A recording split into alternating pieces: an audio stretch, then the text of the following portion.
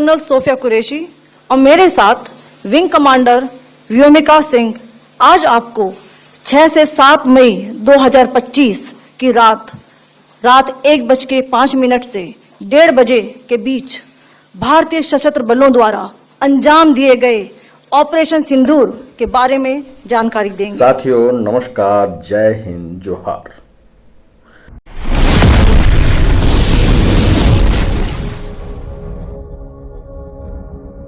पहलगाम आतंकी हमले की जवाबी कार्रवाई में भारत ने ऑपरेशन सिंदूर को अंजाम देते हुए पाकिस्तान के पंजाब इलाके में करीब 100 किलोमीटर अंदर घुसकर तथा पाकिस्तान अधिकृत कश्मीर POJK में मिसाइल से हमले करते हुए 9 आतंकी ठिकानों को पूरी तरह नेस्तनाबूद कर दिया है। भारतीय सेना और वायुसेना ने इस जबरदस्त सटीक संयुक्त ऑपरेशन में लश्कर-ए-तैयबा और जैश-ए-मोहम्मद के मुख्यालयों पर धावा बोला है और उन्हें ध्वस्त किया है, जिन्हें पाकिस्तान के सबसे बड़े आतंकी सरगना हाफिज सईद और मसूद अजहर का अभेद्य किला माना जाता रहा है। ऑपरेशन सिंदूर में बुधवार रात 1:05 से 1:30 के बीच भारतीय सेनाओं ने 25 मिनट के भीतर बिल्कुल लक्ष्य को भेदने वाले 24 अति आधुनिक विशिष्ट तकनीक वाले मिसाइलें पाकिस्तान और POJK में दागते हुए अपने लक्ष्य को पूरा किया। इस सैन्य ऑपरेशन के लिए इस्तेमाल हथियारों तथा मिसाइलों का आधिकारिक ब्यौरा साझा नहीं किया जा सकता, मगर बताया जाता है कि स्कैल्प डीप स्ट्राइक क्रूज मिसाइलें, हैमर स्मार्ट हथियार प्रणाली, निर्देशित बम किट और एक्सकैलिबर गोला बारूद दागने वाले M777 हैबिचर जैसे हथियार इसमें शामिल थे। अचानक हाथ प्राप्त करने वाली भारत की जवाबी सैन्य कार्रवाई में दर्जनों आतंकी और उनके करीबियों के मारे जाने की पुष्टि खुद पाकिस्तान ने भी की है। भारत की यह सैन्य कार्रवाई बेशक उरी हमले के बाद सर्जिकल स्ट्राइक तथा पुलवामा हमले के बाद बालाकोट एयर स्ट्राइक की तुलना में सामरिक रूप से कहीं ज़्यादा इसलिए बड़ी हो जाती है कि पाकिस्तान को यह साफ संदेश है कि आतंकवाद का पाकिस्तान का घिनौना खेल भारत किसी रूप में अब बर्दाश्त नहीं करने वाला। पाकिस्तान के खिलाफ सैन्य कार्रवाई को अंजाम देने के बाद बुधवार सुबह 10:30 बजे भारतीय सेना की 2 महिला अफसरों, सेना की कर्नल सोफिया कुरैशी तथा वायुसेना की विंग कमांडर व्योमिका सिंह ने विदेश सचिव विक्रम मिश्री के साथ प्रेस कॉन्फ्रेंस में ऑपरेशनल सिंदूर का पूरा ब्यौरा साझा किया है। कर्नल सोफिया कुरैशी ने कहा कि ऑपरेशन सिंदूर में रात 1:05 से 1:30 के बीच लश्कर-ए-तैयबा और जैश-ए-मोहम्मद के मुख्यालयों समेत भारत में आतंकवाद फैलाने में शामिल अन्य ठिकानों को निशाना बनाया गया।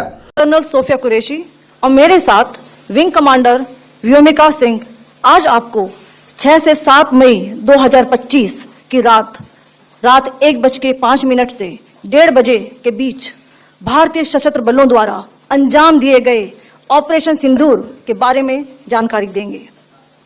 ऑपरेशन सिंदूर 22 अप्रैल को पहलगाम में हुए विभत्स आतंकवादी हमले के शिकार मासूम नागरिकों व उनके परिवारों को न्याय देने के लिए लॉन्च किया गया था। इस कार्रवाई में 9 टेररिस्ट कैंप्स को टारगेट किया गया और पूरी तरह से इसे बर्बाद किया गया। पाकिस्तान में पिछले 3 दशकों से टेरर इंफ्रास्ट्रक्चर का निर्माण हो रहा है। इसमें recruitment, indoctrination centres, training areas व लॉन्च पैड शामिल थे, जो पाकिस्तान और पाक अधिकृत जम्मू कश्मीर POJK दोनों में फैले हैं। विंग कमांडर व्योमिका सिंह ने कहा कि इस ऑपरेशन में सटीक क्षमता और विशिष्ट प्रौद्योगिकी हथियारों के युद्धक हथियारों का सावधानीपूर्वक चयन किया गया था, ताकि यह सुनिश्चित किया जा सके कि कार्रवाई पूरी तरह लक्ष्य पर ही हो।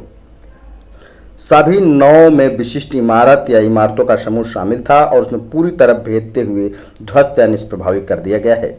इस दौरान किसी भी सैन्य या असैन्य प्रतिष्ठान को निशाना नहीं बनाया गया और भारत ने अपनी प्रतिक्रिया में काफ़ी संयम दिखाया है। बौखलाए पाकिस्तान की भारत को दी गई युद्ध की धमकी का किसी तरह उल्लेख किए बिना विंग कमांडर सिंह ने कहा कि अगर वर्तमान स्थिति को बढ़ाने की अगर कोशिश की हुई तो भारतीय सेनाएं ऐसे किसी दुस्साहस का जवाब देने के लिए पूरी तरह तैयार बैठी हैं। पाकिस्तान तथा POJK में 9 आतंकी ठिकानों पर हमले का ब्यौरा देते हुए कर्नल सोफिया कुरैशी ने कुछ वीडियो तथा सैटेलाइट इमेज साझा किया और कहा कि ऑपरेशन सिंदूर के लिए लक्ष्य विश्वसनीय खुफिया सूचनाओं और आतंकी गतिविधियों को अंजाम देने में इन ठिकानों की भूमिका को देखते हुए लक्षित किया गया। नागरिक बुनियादी ढांचे और किसी भी नागरिक की जान को नुकसान पहुंचाने से बचने के लिए इन ठिकानों का चयन काफी मेहनत से किया गया था। पाकिस्तान के भीतर घुसकर जिन 4 आतंकी ठिकानों का भारत के मिसाइल हमले ने ध्वस्त किया है, उसमें सियालकोट का सर्जल कैंप अंतर्राष्ट्रीय सीमा से 6 किलोमीटर दूर, तो सियालकोट का ही महमूना जोया कैंप 11 किलोमीटर दूर है, जबकि मुरीद के का मरकज तैयबा 25 किलोमीटर दूर है और यह हफीज सईद के आतंकी संगठन लश्कर तैयबा का मुख्यालय था और यह मुंबई आतंकी हमले के दोषी आजमल कसाब और डेविड कोलमैन हेडली को ट्रेनिंग दी गई थी। जबकि अंतर्राष्ट्रीय सीमा से 100 किलोमीटर दूर पाकिस्तान के भीतर बहावलपुर का मरकज सुभान आतंकी संगठन जैश का मुख्यालय था, जहां इसका सरगना मसूद अजहर अक्सर आता जाता रहता है। पाक अधिकृत कश्मीर के जिन 5 आतंकी ठिकानों को ध्वस्त किया गया, उसमें मुजफ्फराबाद का सवाई नाला कैंप एलओसी से 30 किलोमीटर दूर है और यहाँ पहलगाम तथा जम्मू कश्मीर में सुरक्षा बलों पर हुए हमले से जुड़े एलईटी का ट्रेनिंग कैंप है।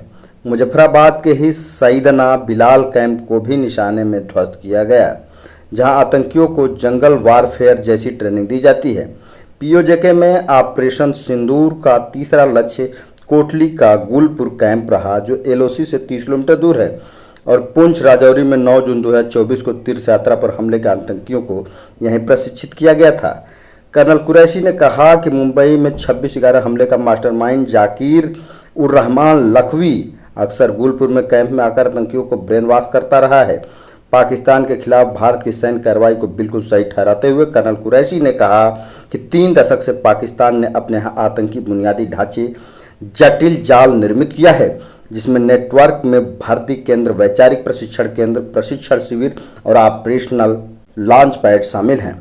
पाकिस्तान और पीओजे में आतंकियों का यह ढांचा फैला हुआ है, जो भारत में हमलों को लगातार अंजाम देता रहा है और उसके नीड्स को निशाना बनाने का मकसद साफ है कि वहाँ के आतंकी संगठनों की क्षमता को पंगु बनाना भारत का लक्ष्य है। विदेश सचिव विक्रम मिस्त्री ने कहा कि पहलगाम आतंकी हमले की जांच पाकिस्तान में और वहां से भेजे गए आतंकवादियों के संचार नोट सामने आए हैं। हमले का यह तरीका जम्मू और कश्मीर और शेष राष्ट्र दोनों में सांप्रदायिक दंगे भड़काने के उद्देश्य से भी प्रेरित था। इसका श्रेय सरकार और भारत के सभी नागरिकों को दिया जाना चाहिए। फिर मिलेंगे नई अपडेट्स के साथ। जय हिंद।